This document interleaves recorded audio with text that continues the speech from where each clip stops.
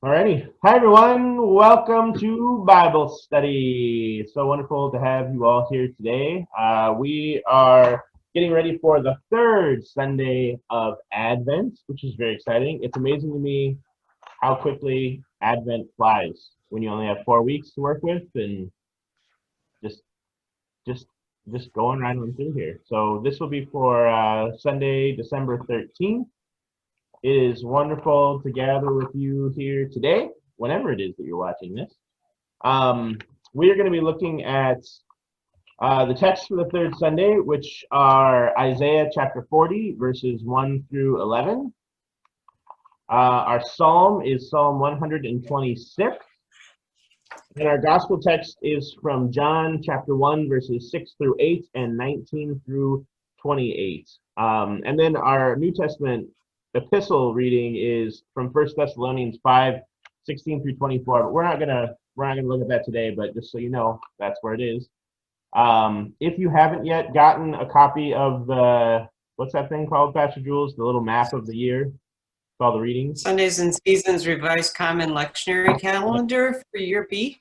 If you don't have that yet, I believe there are copies sitting in the little library in the parking lot at the church, so you can swing by and grab a paper copy. Otherwise, we will make sure that we throw a link to a copy here in the comments or in the video description, so you can download and print one at home as well. And that'd be great. And you'll have it for the year. Is that doable? Yeah, total. Well, I'm not totally sure if we can do that. Well, we'll see. But we'll figure out a way. We'll put a link to something so that you know where to get them. Even text week will have a RCL that you can look at.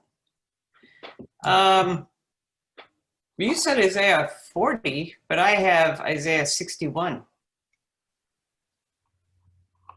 Did I say the wrong one? Well, I'm just... Do I have the wrong one written down here?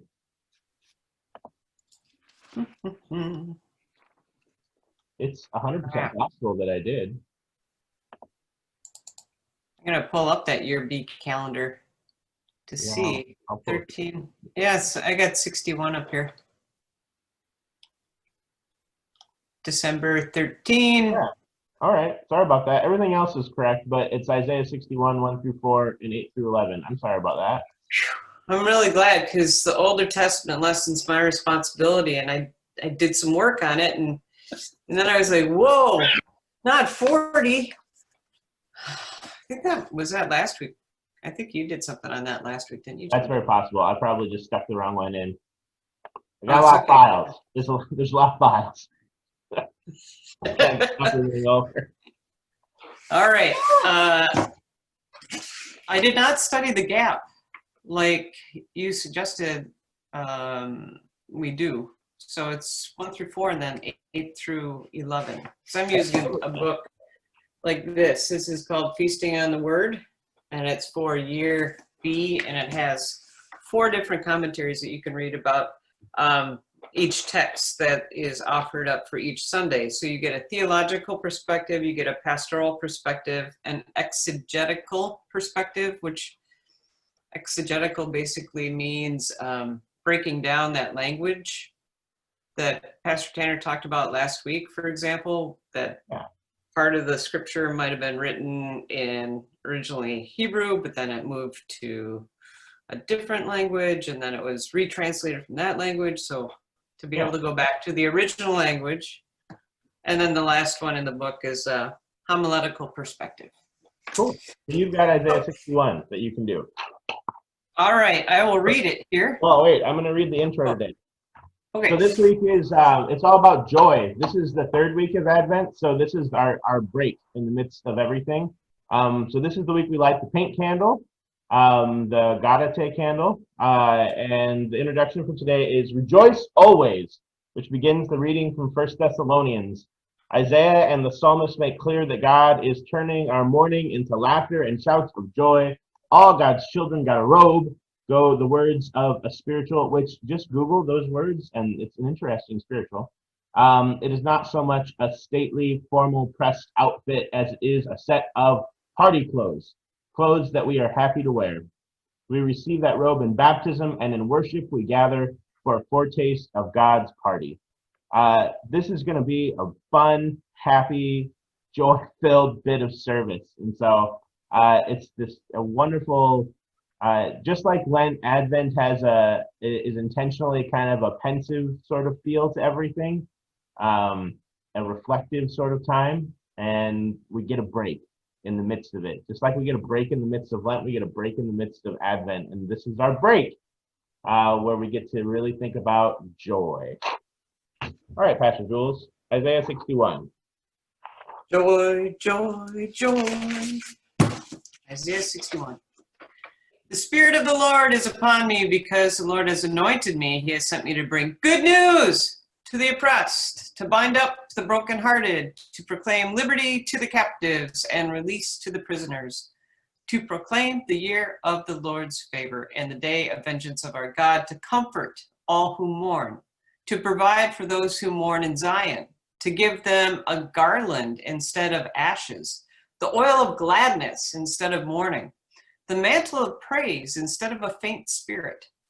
They will be called oaks of righteousness, the planting of the Lord to display God's glory. They shall build up the ancient ruins. They shall raise up former devastations. They shall repair the ruined cities, the devastations of many generations. Verse 8. For I, the Lord, love justice. I hate robbery and wrongdoing. I will faithfully give them their recompense, and I will make an everlasting covenant with them. Their descendants shall be known among the nations, and their offspring among the peoples. All who see them shall acknowledge that they are people whom the Lord has blessed.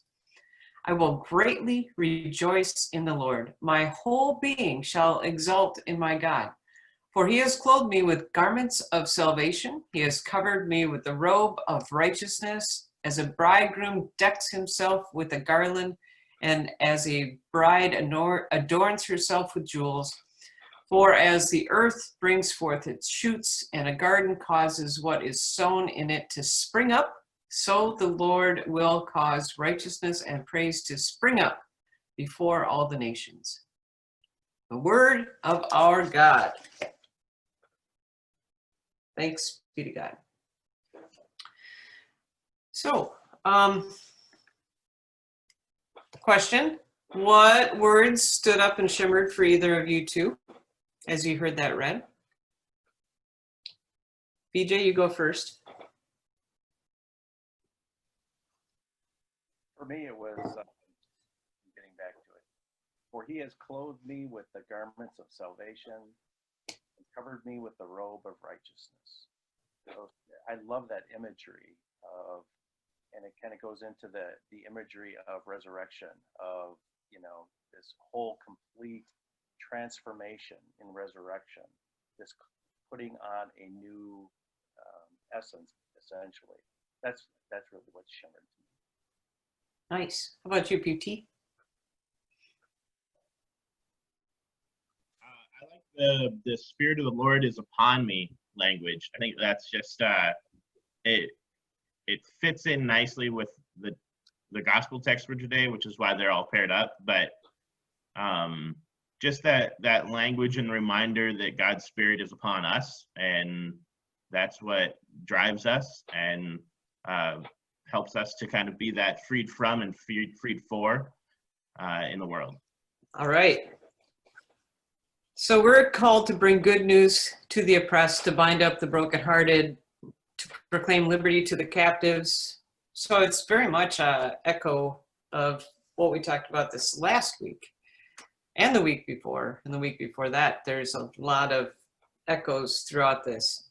Flannery O'Connor wrote, "All human nature vigorously resists grace because grace changes us and change is painful." So this is a passage that's filled with so much grace, grace upon grace upon grace. And I love that we get the language surrounding a garden. And I think about Pastor Tanner's title of his newsletter, which is From the Garden.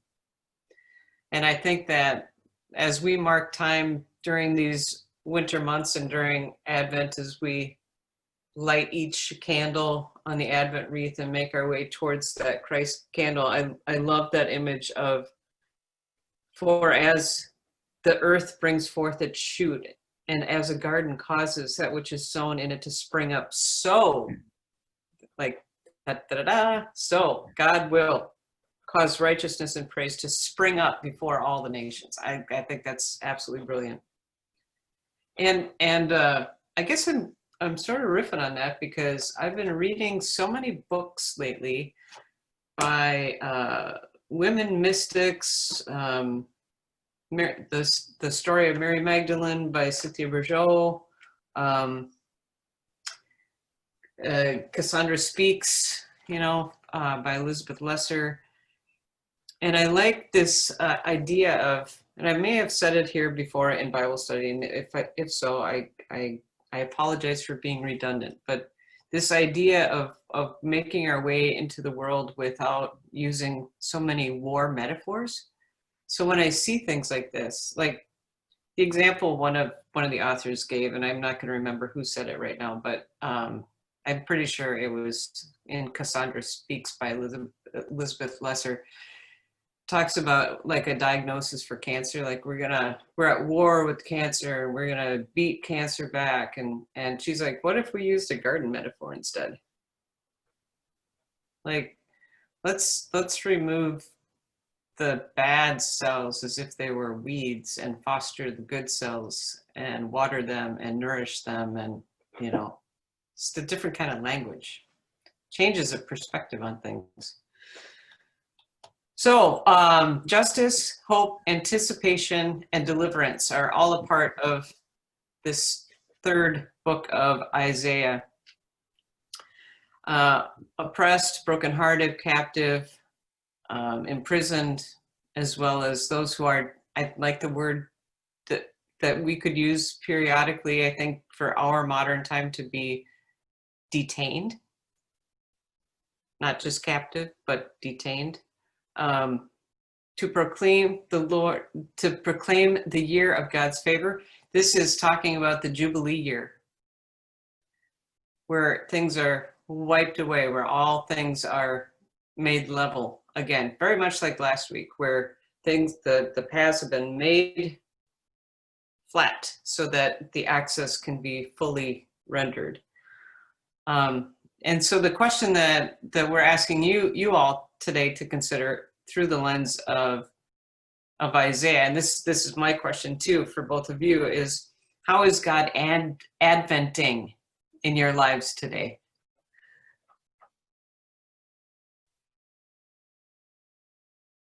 What is interesting, if we hung on that verb for a minute, like, what is God adventing in your life? What is the new thing that is coming through in you, for others, for righteousness, now that you know that you have been anointed and you have been clothed and you have been robed and all of that. So what is the new thing that's burgeoning in your own spirits as you make your way towards that Christ child?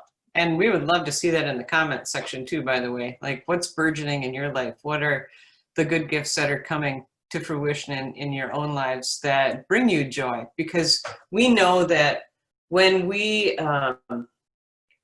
spend time marinating in joy and being grateful, that our brain chemistry actually changes and we feel better. And as it may be darker and darker each day out there as we move towards the winter solstice, on the other side of that winter solstice is the increase of light and new life again, and the movement towards spring and everything. So those are my deep thoughts, but I'd be curious, what's bringing you, both you, joy, besides coffee for Pastor Tanner? Yeah, throw some things up in the comments there. Let us know what's bringing you joy in this season. Pink chasubles come to mind. Yay! Rose chasubles. Thanks, Pastor Jules. Yeah, you're welcome. Hey, Vicar John, do you want to talk to us a little bit about the Psalm? Sure. Let me read the psalm. Pull it up. Psalm 126, right? Do I have the right psalm? All right. Psalm 126. The Lord has done great things for me. When the Lord restored the fortunes of Zion, then were we like those who dream. Then was our mouth filled with laughter and our tongue filled with shouts of joy. Then they said among the nations, the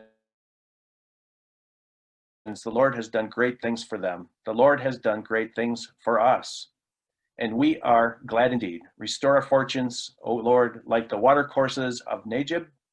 Those who sowed with tears will reap with songs of joy. Those who go out weeping, carrying the seed, will come again with joy, shouldering their sheaves. It's amazing to hear these words of joy, and the Lord has done great things for us, because this was written after the Babylonian exile. We're talking the Israelites were carted off to Babylon in exile for years and years, and they're coming back to their homeland, and everything has changed. They thought when they were coming back that things would be different, but they're coming back to a homeland that looks completely different, and it's in shambles.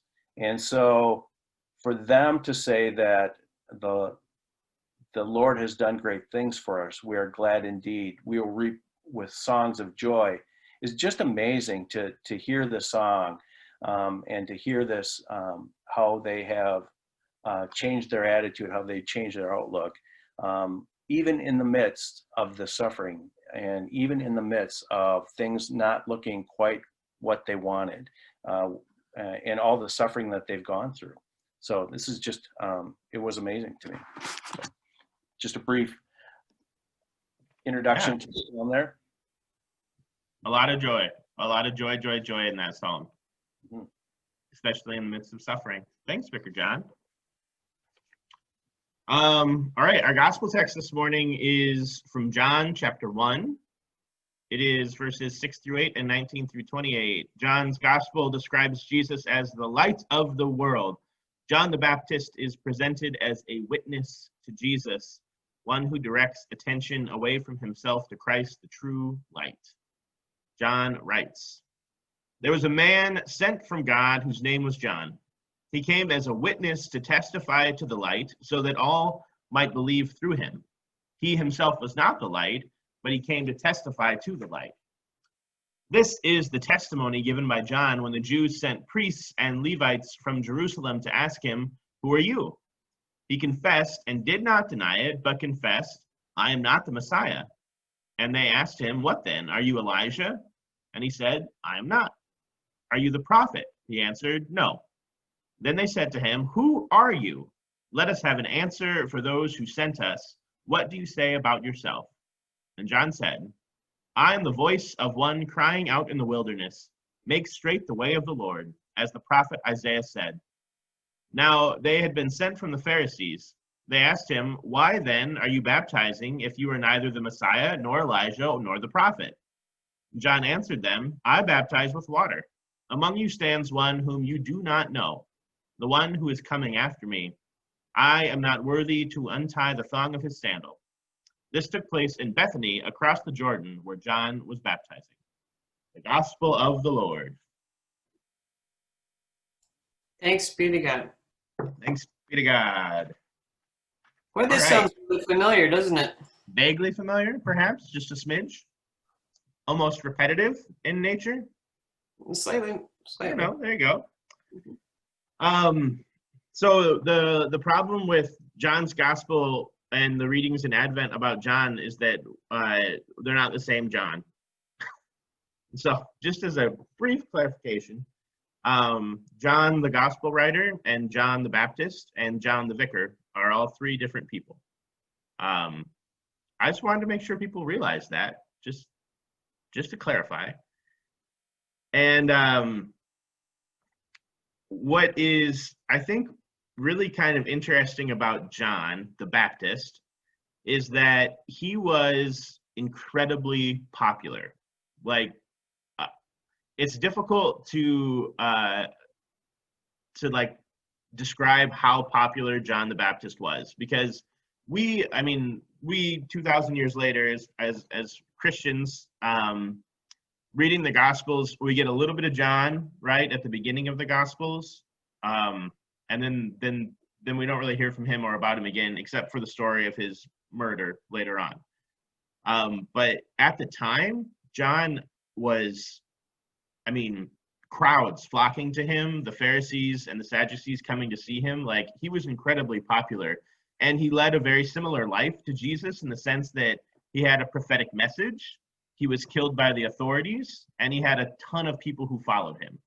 And we have recordings all the way up through 250 CE, Common Era, and beyond, from Christian theologians and writers at places like the Council of Nicaea and things like that, that talk about the cult of John, and how even hundreds of years after John and Jesus's deaths, John was still like on a playing field with Jesus in terms of this messianic message, and remained incredibly popular for a very long time. And so one of the things that we see in John's gospel, and really wherever we see John, is this depreciation of John's importance, which just means that like he gets kind of like knocked down a little bit in the Gospels, and that's because the gospel writers are trying to talk up Jesus and trying to convince people that John is not Jesus, right? Like, Jesus is the important one and John is not. And so on all the Gospels, we get this language where John is kind of just like tried to be pegged down a little bit, because he was so very popular. And that's why we get this, like, he came as a witness, but he was not the Messiah, and he came to testify to the light, but he was not the light. And John tries to make that very clear in his gospel, that like John the Baptist needs to be brought down to the level of where he was, right? And in John's gospel, we actually get some disagreement with the synoptic gospels, Matthew, Mark, and Luke, because in Matthew, Mark, and Luke, John the Baptist is really viewed as the second coming, as Elijah. And in John's gospel, he's knocked down a little further, like, no, he's not even Elijah, not even that.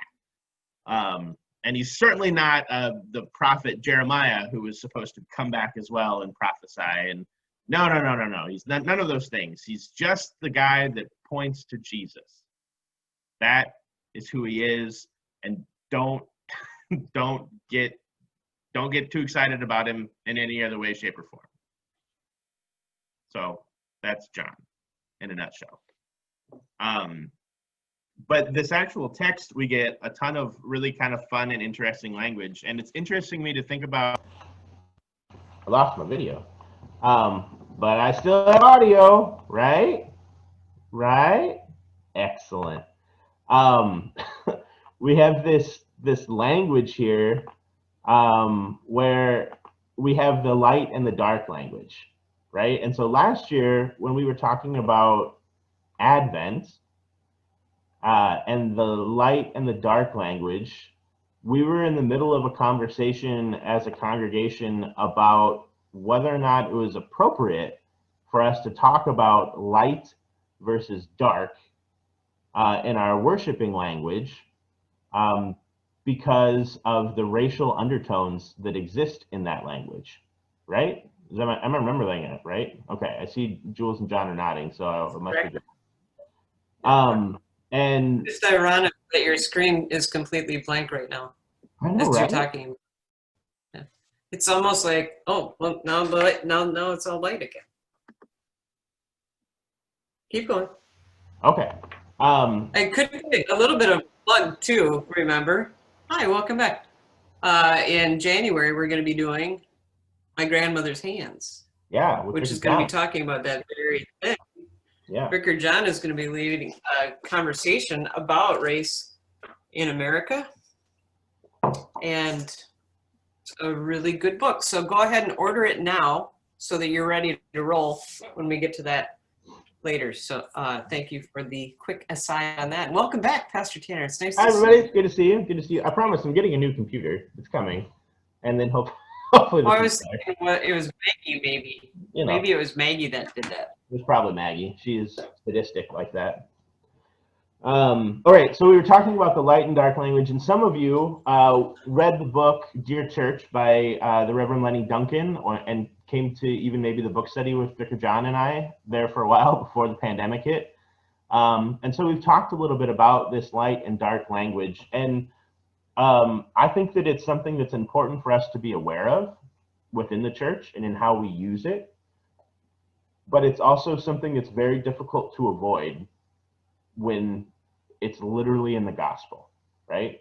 And so I'm just going to constantly mention it and talk about it every time it comes up, but recognize also that it's not something we can escape, especially on a text like this, where John is specifically talking about the light and the darkness. But what I do think we can do is we can talk about specifically the darknesses as the shadows of doubt, despair, and death. And that is really what comes up repeatedly throughout the Gospels, is that the darkness is affiliated with doubt, despair, and death. And so I'll just talk about doubt, despair, and death. And one of the guys that I've been reading, who's a theologian named Barclay, he talked about the imagery here of Jesus as the light being like a lightning strike on an incredibly dark night. So for those of you who grew up maybe on a farm or spent some time at a cabin in the Northwoods, and you know what it is to be without lights, like no street lights, no city lights, none of those things, and to have a super dark night where the clouds are coming and a storm is rolling in and you cannot see the hand in front of your face, and then all of a sudden this lightning flash comes and it is like brightest daylight in the world and you can see the details of every little thing around you. That is how he describes the light of Jesus, right? This sudden burst of revealing light that comes into the world and completely and utterly banishes the shadows of doubt and darkness and death and despair that exist in the world around us.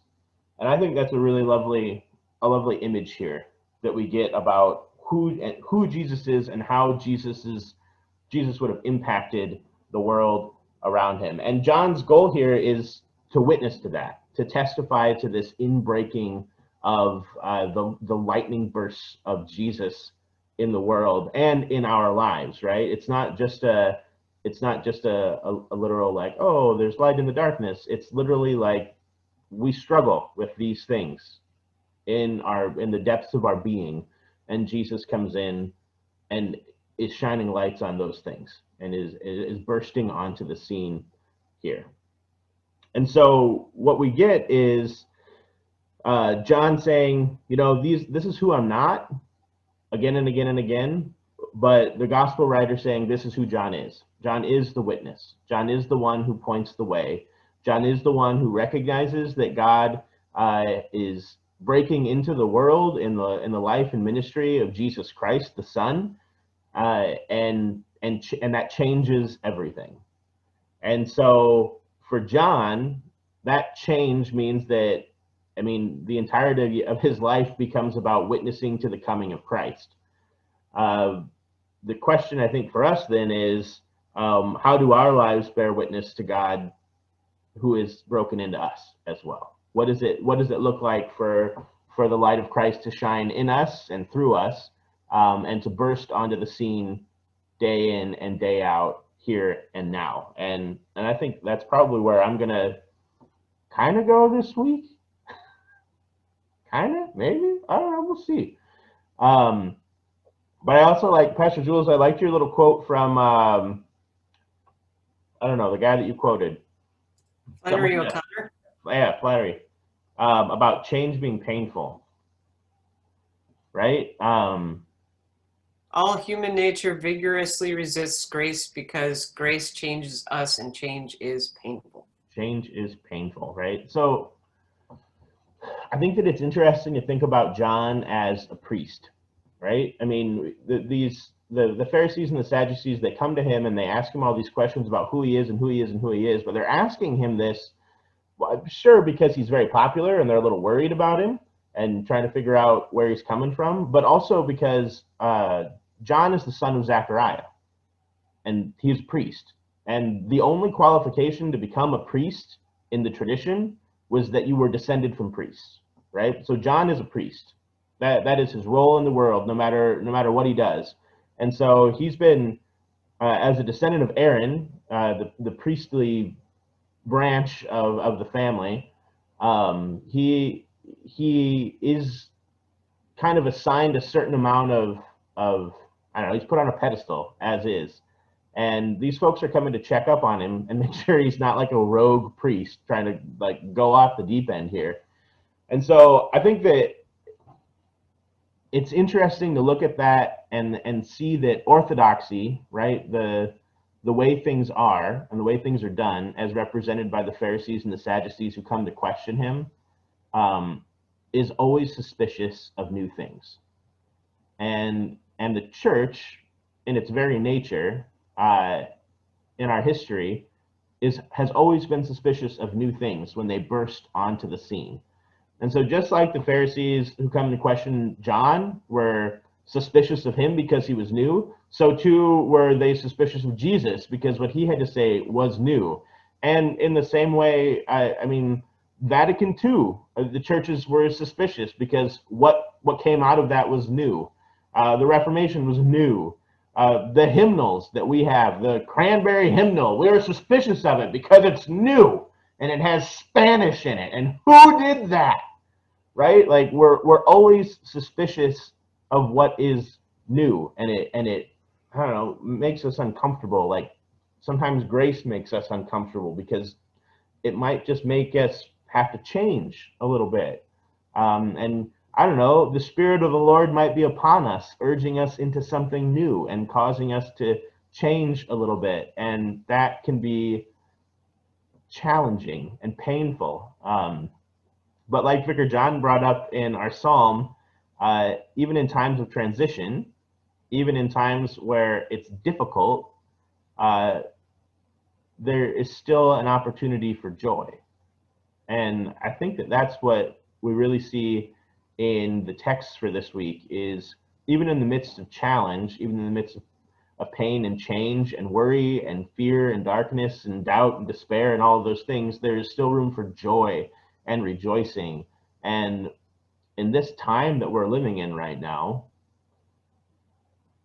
what does it look like for us to find joy in the midst of everything that is happening? So I think I'll leave it at that. That's where my head is right now. So if you have some thoughts or some comments on that, where you're finding joy in the midst of everything too, make sure that you're sharing that. And if you have any thoughts about where you feel like you're bearing witness, where the Spirit is nudging you to bear witness in the world, what does that look like right now? And that isn't, I mean, that's not just, we're not talking about, you know, standing in the middle of a river in your camel's hair eating locusts and throwing water at people. We're talking about, you know, day-to-day witness to the gospel. What does that look like?